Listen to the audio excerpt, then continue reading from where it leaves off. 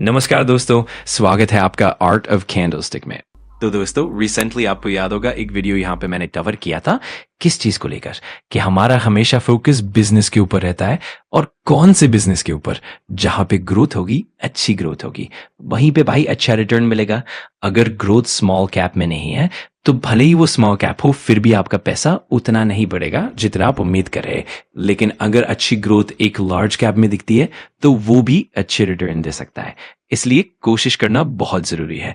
कोशिश मतलब भाई वो सेक्टर जो उभरता हुआ है, जिसे हम क्या बोलते हैं, फ्यूचर ओरिएंटेड बिजनेसेस। जब फ्यूचर ओरिएंटेड बिजनेसेस होते हैं तो वे सही दिशा में आगे बढ़ते हैं। सफलता मिलेगी या विफलता, वो तो बाद में पता चलेगा। तो आज हम दो बड़ी कंपनियों की बात करने वाले हैं। धीरे धीरे हम और भी कंपनियों को कवर करेंगे, छोटी कंपनियों को भी। पहली कंपनी है सीजी पावर। अगर आप इस चैनल को पहले से फॉलो करते हैं तो आपको पता होगा कि मैंने पहले भी इसके ऊपर वीडियो बनाए हैं। तो सीजी पावर की बात करें तो सबसे पहले दो जरूरी बातें। पहला, कई लोग कहते हैं कि ये पहले बड़ी गिरावट में थी, कुछ समस्याएं थी, तो थोड़ा सा इसका इतिहास देख लीजिए। सीजी पावर पहले अलग थी, फिर मुरुगापा ग्रुप ने इसे खरीद लिया। अगस्त 2020 में पूरा अधिग्रहण हुआ।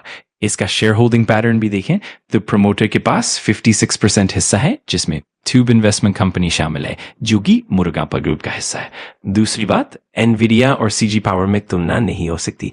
एनवीडिया सेमीकंडक्टर डिजाइन में काम करती है, जबकि सीजी पावर असेंबलिंग, टेस्टिंग और पैकेजिंग में ज्यादा फोकस करती है। अब चलिए सीजी पावर की बैलेंस शीट पर नजर डालते हैं। इसके रिजर्व्स अब 3500 करोड़ तक पहुंच चुके हैं। पहले ये 2700 करोड़ थे और उससे पहले 1400 करोड़ थे। और लॉन्ग टर्म बोरोइंग भी बहुत कम है, लगभग 26 लाख। मतलब ये कंपनी काफी हद तक डेप्ट फ्री है। प्रॉफिट एंड लॉस की बात करें तो पिछले कुछ सालों में सेल्स और नेट प्रॉफिट में उतार चढ़ाव रहा है, लेकिन कंपनी की ग्रोथ के संकेत भी है। तो ये थी सीजी पावर की कहानी। अब आगे बढ़ते हैं और दूसरी कंपनी की बात करते हैं, टाटा पावर। रिन्यूएबल एनर्जी का सेक्टर तेजी से ग्रो कर रहा है और टाटा पावर भी इसी दिशा में आगे बढ़ रही है।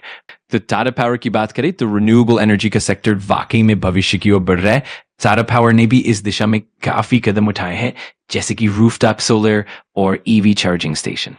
जब हम बैलेंस शीट पर नजर डालते हैं तो टाटा पावर के रिजर्व्स काफी मजबूत हैं और रिन्यूएबल एनर्जी के चलते इनका ग्रोथ पोटेंशियल भी बढ़ता जा रहा है।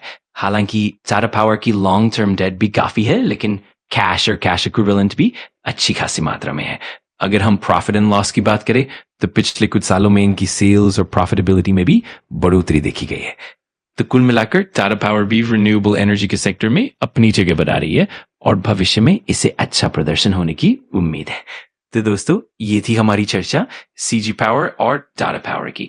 उम्मीद है आपको ये जानकारी पसंद आई होगी। अगर आपको वीडियो जानकारीपूर्ण लगा तो लाइक कर देना, कमेंट करके बताना कि अगला टॉपिक कौन सा चाहिए, और सब्सक्राइब कर लेना आर्ट ऑफ कैंडलस्टिक को, ताकि ऐसे ही पावरफुल लर्निंग वीडियोस आप मिस ना करो। Thanks for watching. मैं मिलता हूँ अगली वीडियो में। सीखते रहो, पढ़ते रहो।